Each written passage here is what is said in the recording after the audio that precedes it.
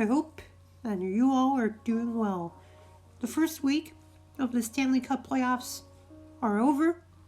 Today I'm going to be recapping what happened during this week. I will be covering all the games up to Saturday, May 22nd. I will not be including the games today because I'm uploading this video on this afternoon on Sunday, so I'm not going to include the games from Sunday. So if any series ended on Sunday, my apologies. I will cover that next week. Alright, so let's go over suspensions this week first. We had the suspension for Sam Bennett and the suspension for Nazem Kadri. Both very big hits. Of course, the Kadri one got Falk injured, which wasn't good. Suspended 8 games. I know a lot of you are going to start complaining about the consistency in the NHL player safety and the Tom Wilson stuff and all that stuff. I know we should all get over it, but it is rather very inconsistent. And that remains a problem, and I hope that we get some more consistency at some point. Also, we had the John Tavares injury, which is a very scary situation with Corey Perry accidentally kneeing John Tavares' head when he was down on the ice. Had to be stretchered off. A very scary situation in that game 1 between Toronto and Montreal. Very unfortunate, and my prayers go out to John Tavares and his family. He is conscious, and I believe as of recording this video, he has been discharged from the hospital, which is a good thing. Alright, so our first recap now for the series, starting with Carolina and Nashville. And as of Friday's game, the series is 2-1 for Carolina. Their power play for Carolina is 20%. Nashville's is 5.9%. Penalty killing for Carolina, 94.1%. Nashville at 80%. Top 3-point getters for Carolina, Sebastian Aho with 5 points. Brett Pesce with 4 points. Jordan Staal with 3 goals. Pretty good there. For Nashville, Philip Forsberg, 3 points. Ryan Ellis, 3 points. Matt Duchene, 2 points. And the goaltenders, Alex Nedeljkovic, 2-1, 1.96, 936 save percentage. That's great for Nedeljkovic. And Jussi Saros, 1-2, 2.82, 919 save percentage. I think he's played okay. Alright, now let's go for the game summaries. In game 1, it was 5-2 for Carolina. Victor Arvidsson came in after his, I think, COVID protocol, I believe he was on. There's some scrums early, and as you see in this picture, it's a great atmosphere in Carolina, and we all love it, and we've missed crowds. We have. And seeing a packed crowd, it really feels good to be a hockey fan. Philip Forsberg opened the scoring for Nashville. Teravainen scores 127 after Staal and Haula trade goals in the first half of the second. The Preds had a push, but Staal scored his second of the game, and Svechnikov scored into the empty net. And we got to see a storm surge, which was very cool for Carolina. In game 2, 3-0 Carolina. Sebastian Aho opened the scoring, and that was basically it until 2 goals in the final minute of the third period, and Nedeljkovic had a 32 save shutout. I didn't watch much of that game, but so I not many notes there. In game 3, 5-4 for Nashville in double overtime. Jacob Slavin was out, Arvidsson was out, Ryan Ellis opened the scoring early. Aho tied it. Forsberg scored with 25 seconds left in the first. It was a scrummy game, a lot of physical action. Jordan Staal scored. Trocheck and Granlund traded goals 146 apart. Johansson gave Nashville the lead in the third period. Pesci tied it with 3:21 left for Carolina. And Duchesne with a winner in double overtime. Shots were 56-54 Carolina, and Rod Brittamore was upset that the officiating was not good. And yeah, maybe there were some questionable calls, and it propelled Nashville to the win, but it happens. We have missed calls sometimes, and I know we sometimes do complain about the refs, and rightfully so sometimes. But Nashville played a great game in Game 3. They're back in the series, sorta. We'll see what happens in Game 4. That should be today. We'll see what happens with that. Yeah, it's been a pretty good effort from Carolina. Nashville, they've competed. They've definitely competed. And it'll be interesting if they can tie the series up in Game 4. That's for sure. But Carolina, let's be real, they've played very well. Even with questionable officiating, Carolina pushed Nashville to double overtime. That's already very, very good for Carolina. And if they get through this round, they'll be in pretty good shape for the second round. And we'll see how far they can go. Remember, Carolina is my pick to win the cup. And yeah, they've played well. All right, let's move on to the next series. Alright, Florida and Tampa. Now, the series is 3-1 Tampa as of the game on Saturday. We'll see if this series ends in Game 5. Got pretty interesting late there in Game 4, but this is definitively the most entertaining series, in my opinion, so far in Round 1. Power play for Florida, 33.3%. Tampa Bay, 46.7%. Penalty killing for Florida, 53.3%. Tampa, 66.7%. The power play has been great for both teams, honestly. For top 3-point getters for Florida, Jonathan Huberdeau with 8 points. I believe he's second in the NHL in the playoffs so far. Barkov with 5 points. Sam Bennett with 4 points in 3 games, not 4 because of his suspension.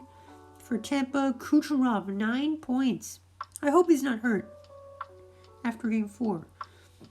Alex Killorn, 7 points. Great playoff run for him as well. Hedman, 7 assists. Goaltending, Florida, this has been an issue. Sergei Bobrovsky, 1 and 2. 5.33 goals against average. 841 save percentage. It's been tough for him. Especially in that game number 4. 5 goals on 14 shots. Yeah. Chris Drieger, 0-1, 3.7, 871 save percentage. Definitely has struggled as well, but he has done not bad, in my opinion, but of course not that good. For Tampa, Andrei Vasilevsky, 3-1, 3.18 goals against average, 919 save percentage. The numbers don't show it, but I think he's played pretty well. Maybe not in Game 1, per se, or Game 3, but in Game 2 and Game 4, he was pretty good. Now, in the game that he allowed 5 goals, in the game where he allowed 4 goals, Tampa was still very much in the game. So, Vasilevsky, maybe he's not perfect every night so far, but the team had a chance to win every night. So, great on Andrei Vasilevsky. Still a Vezina candidate for sure. Game 1, 5-4 for Tampa. Bobrovsky started for Florida. Coleman with a shorthanded goal. Kucherov and Stamkos. Oh, sorry, that's a little bit of a wrong order, but okay. Kucherov and Stamkos were in. First game of the season, I believe, for Kucherov. Kucherov, 2 goals. Huberdeau with 3 points. 2 Florida goals in the third. Tampa, first loss.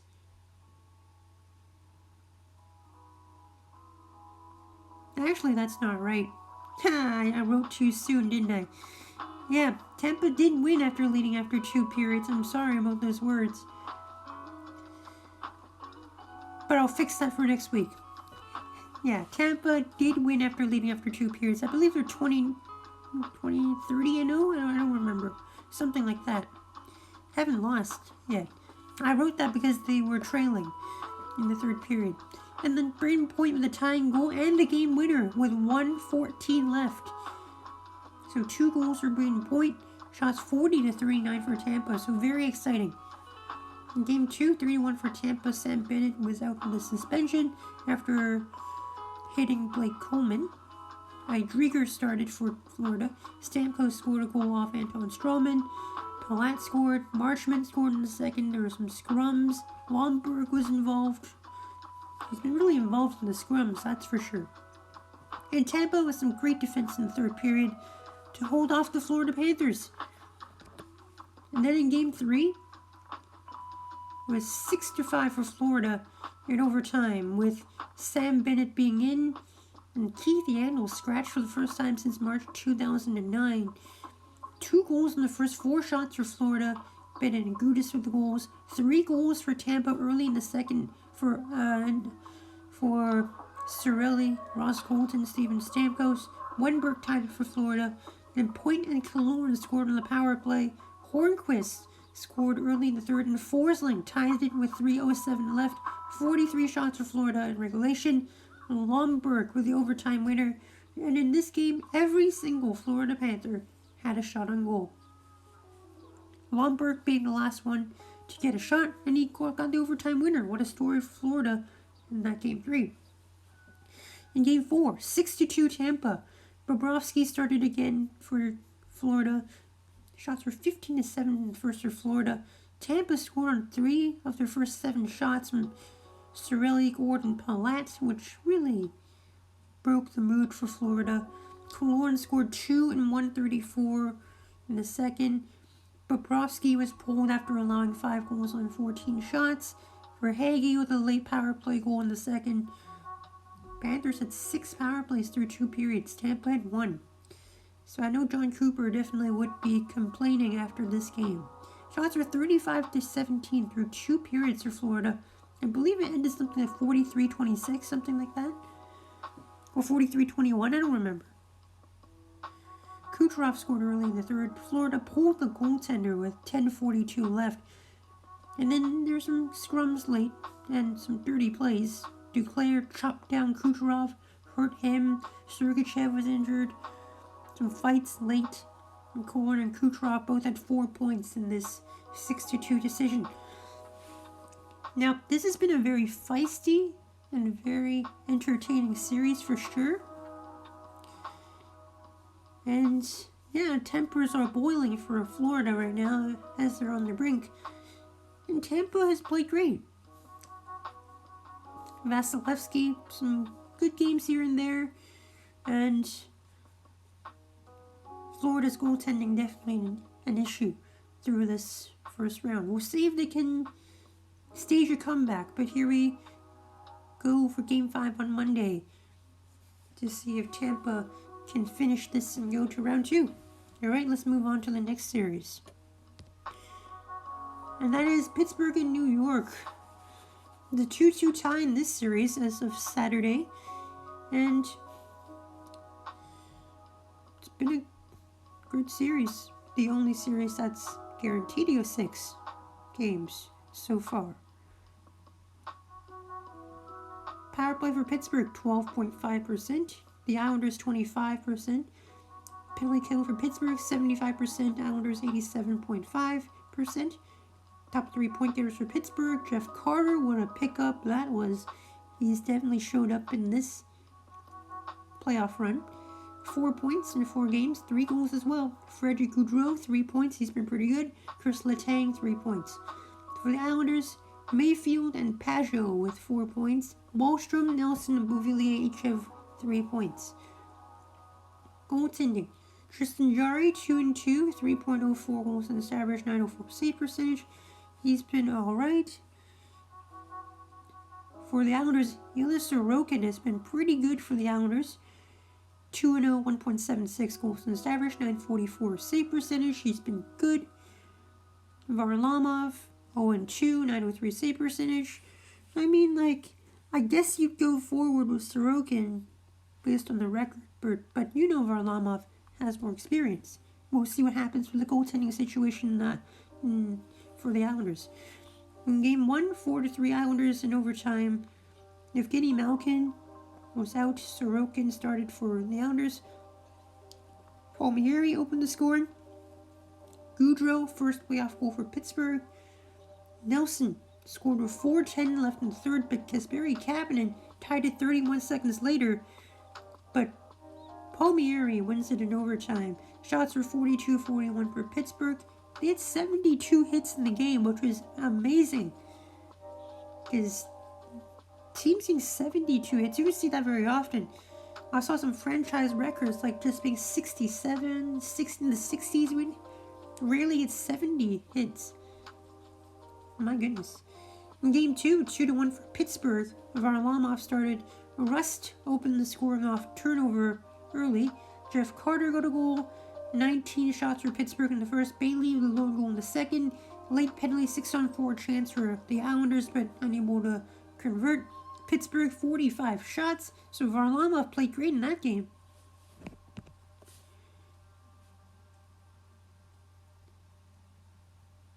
In Game 3, 5-4 for Pittsburgh. Malkin took the warm-up. He was back in. Letang opened the scoring. Mayfield tied it. Carter and Zucker get goals. Clutterbuck and Beauvillier tied the game 2:08 apart in the third. But Carter got a second in the game. 1:06 after the tying goal. Clutterbuck gets his second with 5:45 left, but Brandon Tanev scored with 3:36 left to give Pittsburgh the game. It was also a scrummy game. In Game 4, 4-1 for the Islanders. Sorokin started. Bailey opened the scoring in the second. Letang pushed Beauvillier into Jari, so no goaltender interference challenge there. Pollock scored late. Wallstrom and Eberle scored back-to-back on a power play in the third, 24 seconds apart. And Aston Reese broke Sorokin's shutout with 2:35 remaining. I don't know if that gives him any momentum, but it's a 2-2 tie in this series, and it's been probably as close as I would have thought in this series. I like the response from the Islanders after losing 2 straight. Sorokin's been good. Varlamov's numbers look a little worse than I thought they would be, but it doesn't really matter because this series is tied. I expect they will play Sorokin in Game 5. For Pittsburgh, they need to keep pushing. Game 2 and 3 were great for them. They need to play like that. Get the momentum and win at home. Alright? So that's this series. And now let's move on to the next one. Alright, so Washington and Boston are next series. It's 3-1 for the Bruins right now in the series. Let's go over it. Power play for Washington, 17.7%. Boston, 31.3%. Penalty killing for Washington, 68.8%. That's like my grades in school, fellas. Just kidding. But Washington has definitely struggled on the penalty kill. Boston, 82.4%. Top 3 point getters for Washington. Ovechkin with 4 points. Garnet Hathaway's had a pretty good series so far for Washington. 3 points. TJ Oshie, 3 points as well. For Boston, Charlie McAvoy has 5 assists. David Pastrnak finally got on the goal column for Boston in Game 4. He has 4 points. Brad Marchand, 3 goals, 3 points. Great for him. There are like 4 more players for Boston with 3 points, so that's great. Goaltending for Washington, Ilya Samsonov, 0-2, 913 save percentage. I think he's been playing well. I know he had that Game 3 gaffe in overtime. That's gonna end up on Steve's dangits. Like, that was unfortunate, but I think he's played good enough, and in all likelihood, we will see Samsonov for Game 5. Craig Anderson, who just turned 40, by the way, he's pictured in this slide right here, falling over the net. He's 1-1. He came in relief of Vitek Vanacek, who got injured in Game 1, allowed a single goal. So, not really accurate save percentage there. And Tuukka Rask, 3-1, 930 save percentage. He's been awesome for Boston. Very, very reliable goaltender in Tuukka Rask.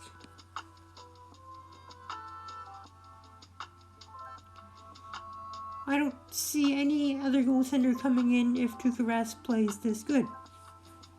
Alright, let's go over the game summaries. Game 1 was 3-2 Washington in overtime. Tom Wilson, everybody's favorite player right now, gets the first goal. Vanacek hurt after the tying goal for Boston. Craig Anderson comes in. Nick Ritchie's first playoff goal. Nick Dowd with the overtime winner for Washington. And Craig Anderson's first win since playoff win, I believe, since May 23rd, 2017. And Boston's 60% in the face-off circle, but in a losing effort. Game 2, 4-3 Boston in overtime. Connor Clifton drew in for Boston. Shots were 12-4 for Washington in 8 minutes. The perfection line finally strikes for Boston. Very physical scrum, lots of scrums. Shots were 18 apiece in the first. Wow. Lars Eller not back for the third period. Garnet Hathaway gets 2 goals in this game. Taylor Hall tied it with 2:50 remaining. And Marchand scores 39 seconds into overtime. 48 shots for Boston, and they got 63% in the face-off circle. Pretty good there. Alright, in Game 3, 3-2 for Boston in double overtime. Lars Eller was out with a day-to-day injury. Samsonov started for the first time in the series. Ovechkin and Taylor Hall with goals in the second. Nick Dowd gave the Capitals the lead, but Marchand ties it with 8:28 to go on their 5th power play. Washington hits 2 posts in the final minutes of the game. Shot 16-5 in overtime 1 for Boston. Pasternak on a breakaway looked like he was hurt. A linesman got hurt, but they were both okay. And Smith with the overtime winner off Samsonov's turnover. We all have seen that a lot of times. And in Game 4, 4-1 for Boston. Lars Eller and TJ Oshie both came in. Samsonov started for a second straight game. The Caps power play failed twice in a row early. A late post for Coyle in the first. Just 4 shots for Washington in the first. Samsonov looked hurt, but he stayed in. Washington goes 18 minutes between their 4th and 5th shot. Marchand opens the scoring on the power play. Kevin Miller went to hospital after Dmitry Orlov gave him a big hit, and as of recording, I don't know if Dmitry Orlov got suspended or fined or anything. David Pasternak and Coyle score 34 seconds apart to start the third. Ovechkin gets the lone Capitals goal. Matt Grzelcyk gets the 4-1 goal.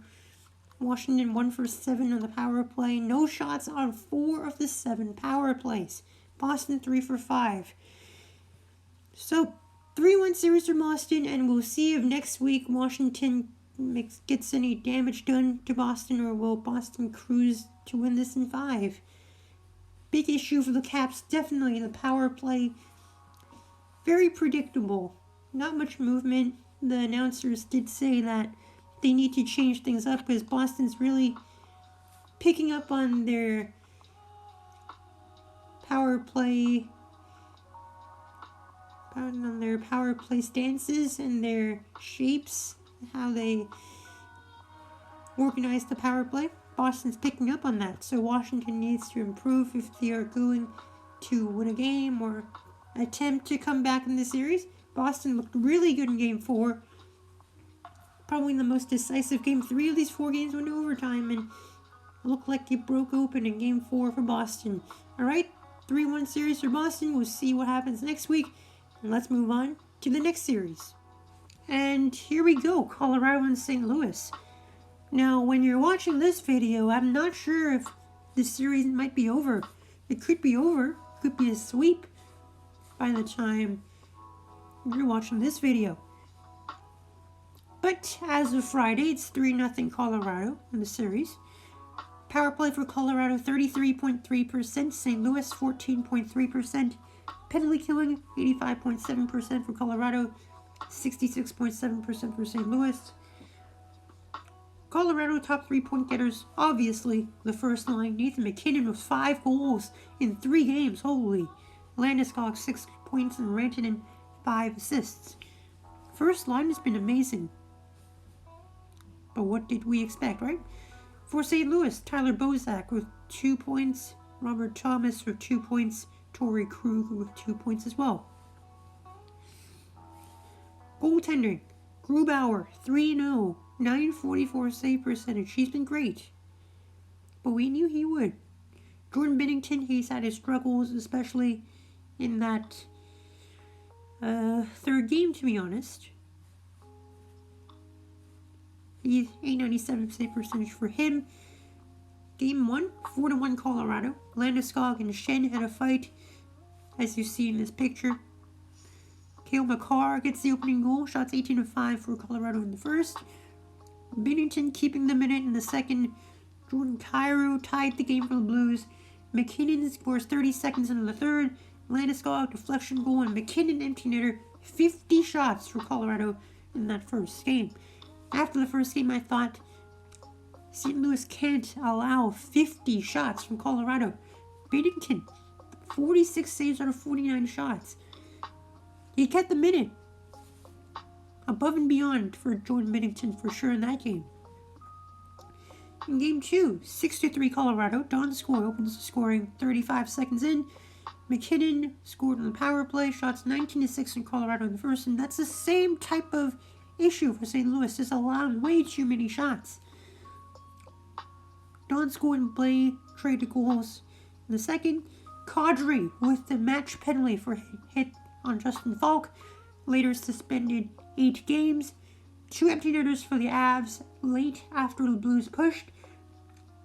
The shots end up being tied at 35, I believe. 29 shots in the final 2 periods for St. Louis. And MacKinnon with the hat trick.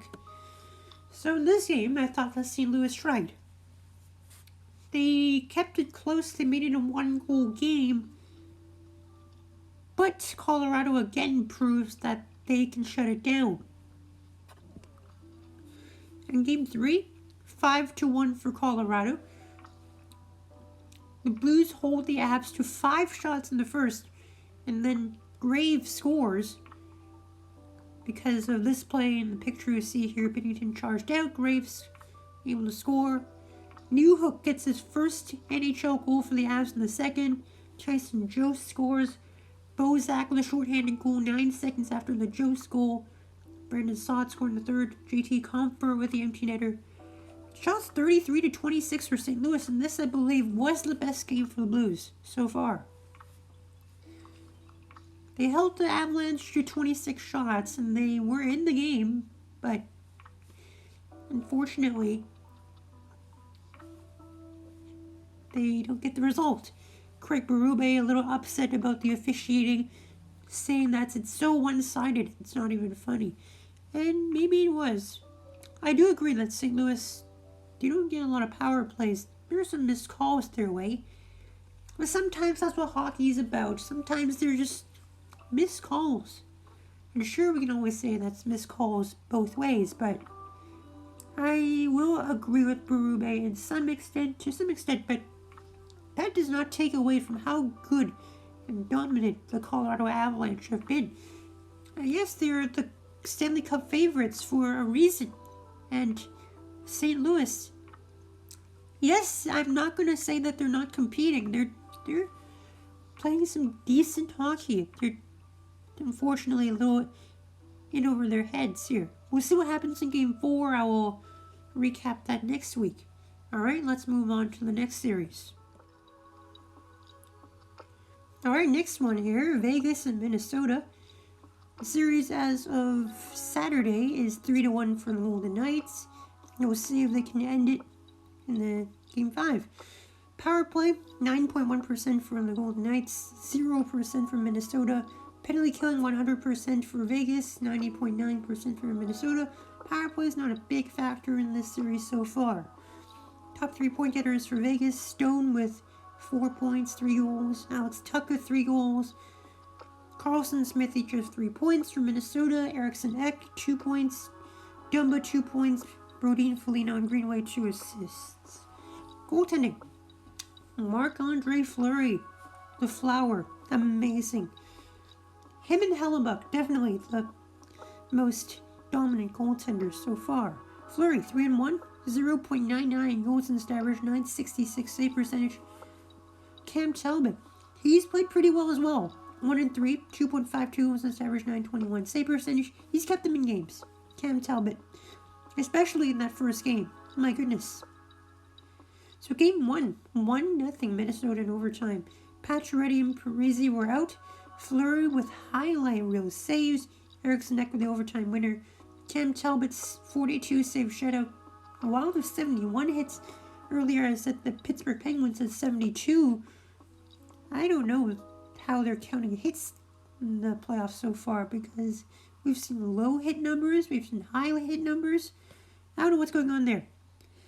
In game 2, 3-1 for Vegas. Shots were 17-8 in the Wild from the first.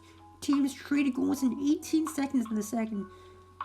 Tuck got his second goal for Vegas for the lead. And a goal in the third. Vegas hold the Wild to 17 shots in the final 2 periods, which led the Golden Knights to the win. In game 3, 5-2 for Vegas.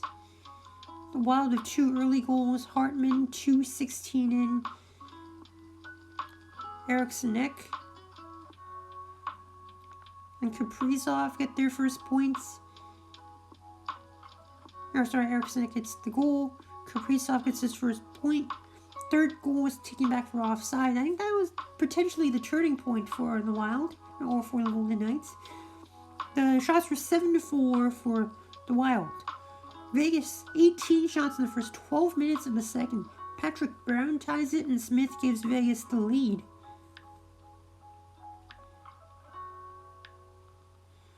"22 shots in Vegas in the second period in total. Carlson gets the goal. Wild have 2 close calls. A post, a glove on the post. Stone with the empty netter. Shots 40-16 for Vegas. And Fleury allows 2 or less for 12th consecutive games. Marc-Andre Fleury continuing his mastery. I forgot the score for game 4. I'm going to fix that real quick. Alright, here we go. So, 4-0 for Vegas. Wah opened the scoring. Tuck scored in the second. A 4-minute penalty for a high stick on the Golden Knights, but Stone scored a shorthanded goal. Wah with the empty netter. Shots 35-18 for Minnesota in the loss. First time the Wild have lost 3 straight games this season. And Marc-Andre Fleury with the 35 save shutout. This game showed how good Fleury was. Maybe stealing the game here, because the Wild played pretty well in game 4. But the Golden Knights converted on their shots, 4 goals on 18 shots. That means it's 3-17 on Cam Talbot. I think in the end there, not many shots at all for either team. But anyway, the Wild did try, but they're down 3-1 in the series. Now, I think this series is going as well as people who predicted would have imagined. For me, I predicted the Wild in 7 games. And that could still happen, but I'm not seeing the upset as I thought I would. In game 1, it looked good for the Wild after that 1-0 win. But that game also showed how good Fleury was, and he's continued to be just dynamite for the Golden Knights. And if he keeps that up, this will be a walk in the park for the Golden Knights in the next game and maybe this series to come as well. Alright, let's move on to the next series, which is Toronto and Montreal. This series no short of stories to tell here. So the series is 1-1 tie as of Saturday. Toronto 20% on the power play, Montreal 0%. That means the Toronto penalty kill is perfect, and Montreal 80%. Top 3-point getters for Toronto: Nylander with 3 points, Matthews 3 points, Riley and Marner 2 assists. For Montreal, Armia and Toffoli 2 assists, Kotkaniemi, Anderson, and Byron each have 1 goal. Goaltending: Jack Campbell 1-1, 1.53, goal assist average 943, save percentage. He's been pretty good. Carey Price 1-1, 2.6 goals assist average 928. He's been pretty good too, but Campbell a little better. In Game 1, 2-1 for Montreal. First playoff meeting since 1979. Price versus Campbell. Gallagher and Weber were in for Montreal. Tavares.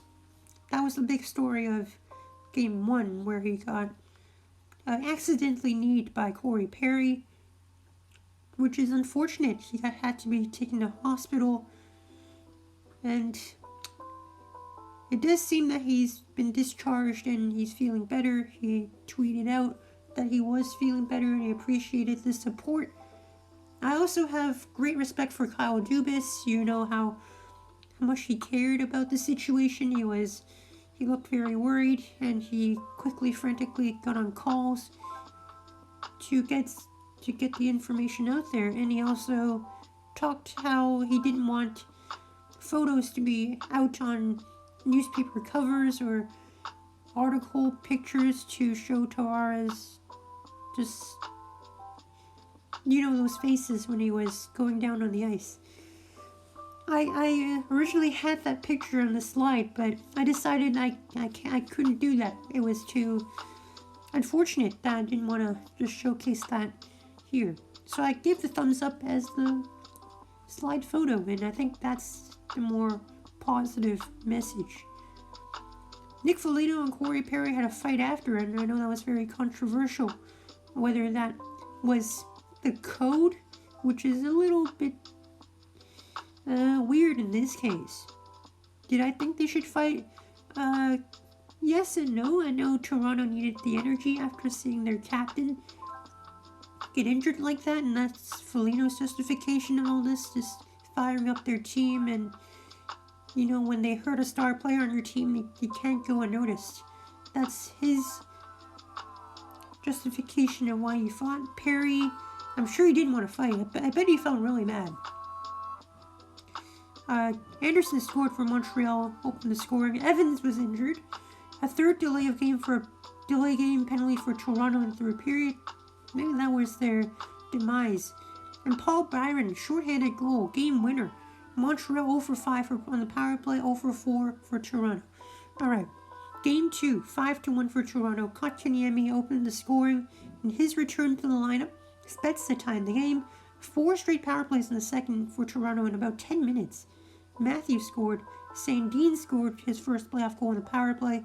Goaltender interference challenge, unsuccessful. That was a very weird goaltender interference challenge by Ducharme, and Marc Bergevin looking like he thought there was big goaltender interference when I just saw a stick hit Price's pad.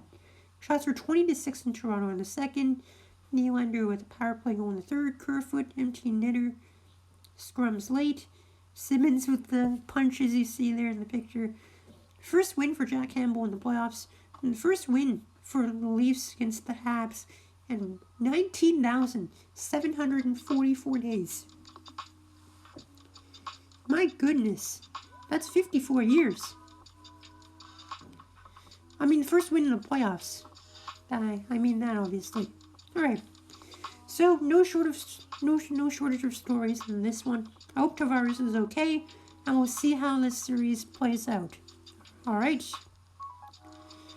Let's move on to our last series of the day.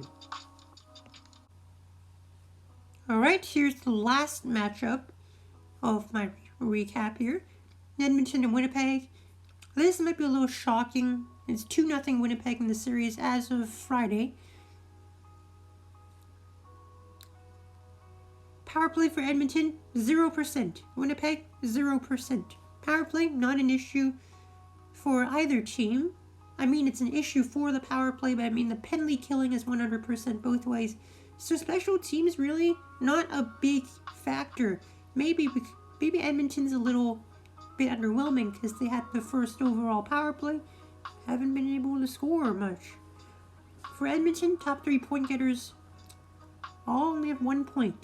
Jesse Puljujarvi 1 point, Tyson Barrie 1 point, Darnell Nurse 1 assist. Where is Connor McDavid, Leon Draisaitl?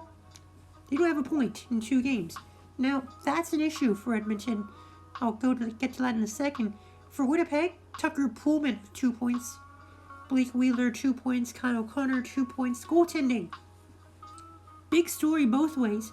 Mike Smith 0-2, but 946 save percentage, 1.45 goals against average. Connor Hellebuck, what a brick wall. 2-0, 986 save percentage. Like, wow. Hasn't allowed a goal since the Puljujarvi goal in game 1. Wow. So let's go over the game summaries. We have game 1, which went 4-1 for Winnipeg. Nikolai Ehlers and Pierre-Luc Dubois were out. 50 hits after the first period with 31 for Winnipeg. Puljujarvi and Poolman trade goals in the second. Toninato tips the goal in. A buzzer by Toronto confirmed the goal. Blake Wheeler, Kyle Connor with empty netters. In game 2, 1-0 for Winnipeg in overtime. Pierre-Luc Dubois was in. Nikolai Ehlers was still out. Jets with 17 shots in the first. Big saves both ways. Scoreless after regulation. Both goaltenders playing out of this world. But Paul Stastny with the overtime winner, and Hellebuck gets the 38 save shutout. Now these are the only 2 games that were played, so I only have 1 page here. But yeah, the series 2-0 Winnipeg. Connor Hellebuck, just amazing. Mike Smith has been great as well. Edmonton, they need to score. Yes, they've had their chances, and they need to figure out Connor Hellebuck ASAP, or else they're not coming back into this series. For Winnipeg, defense has been amazing. I've heard great things about Josh Morrissey. A lot of great defensive plays. They're shutting down the Edmonton power play.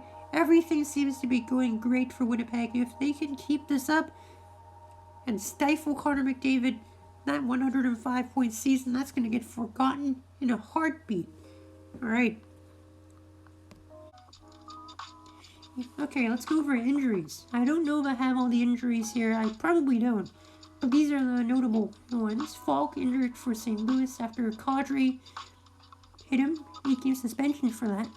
Nosek was injured for Vegas, I think. Vanacek injured for Washington in game 1. Kucherov and Sergachev, I don't know how they are. I'm just going to put them on the list right now, even though I don't know if they're injured or not, after game 4. Tavares injured for Toronto, obviously, and Nikolai Ehlers looks like he'll be back for game 3 for Winnipeg. So as you're watching this video, he'll probably be back in tonight's game. Alright, some takeaways from round 1 so far. 12 of the 24 games were 1-goal games. That means a lot of the games were pretty close, but the 4 games from Saturday, none of them were 1-goal games, so it's sometimes close, sometimes not. 8 games went to OT so far. The atmospheres in the American teams look awesome. Montreal will get fans in attendance for game 6 if it gets that far. I do hope that the Canadian division can also get a few fans in the stands. It might help. Just boost that atmosphere. But of course, everyone has to be safe. But you can see that Carolina and Nashville, that series, the atmospheres on both sides are great. I think that's the best crowds I've seen.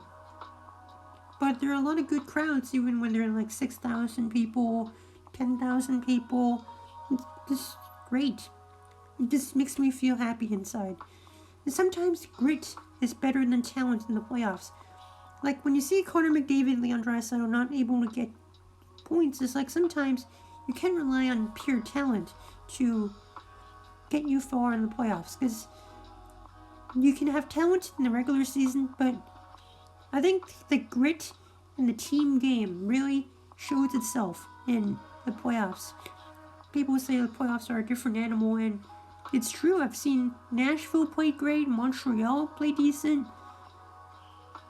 Teams that look like they have no chance in the series, they're playing good. St. Louis, they're down 3-0, but they've played decently. So sometimes grit is better than talent, but sometimes when you have a very good team game or very good talent, sometimes that can get through the grit of the other team.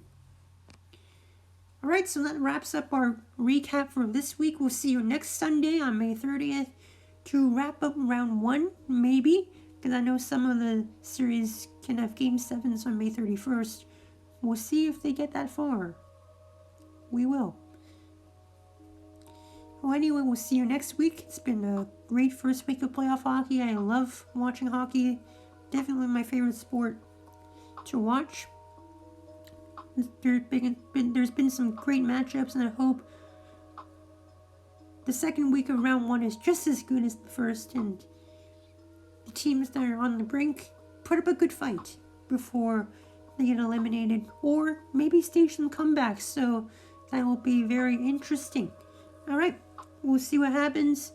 So until next time, enjoy the playoff hockey, everyone. See you later, and take care. Have a great rest of your weekend.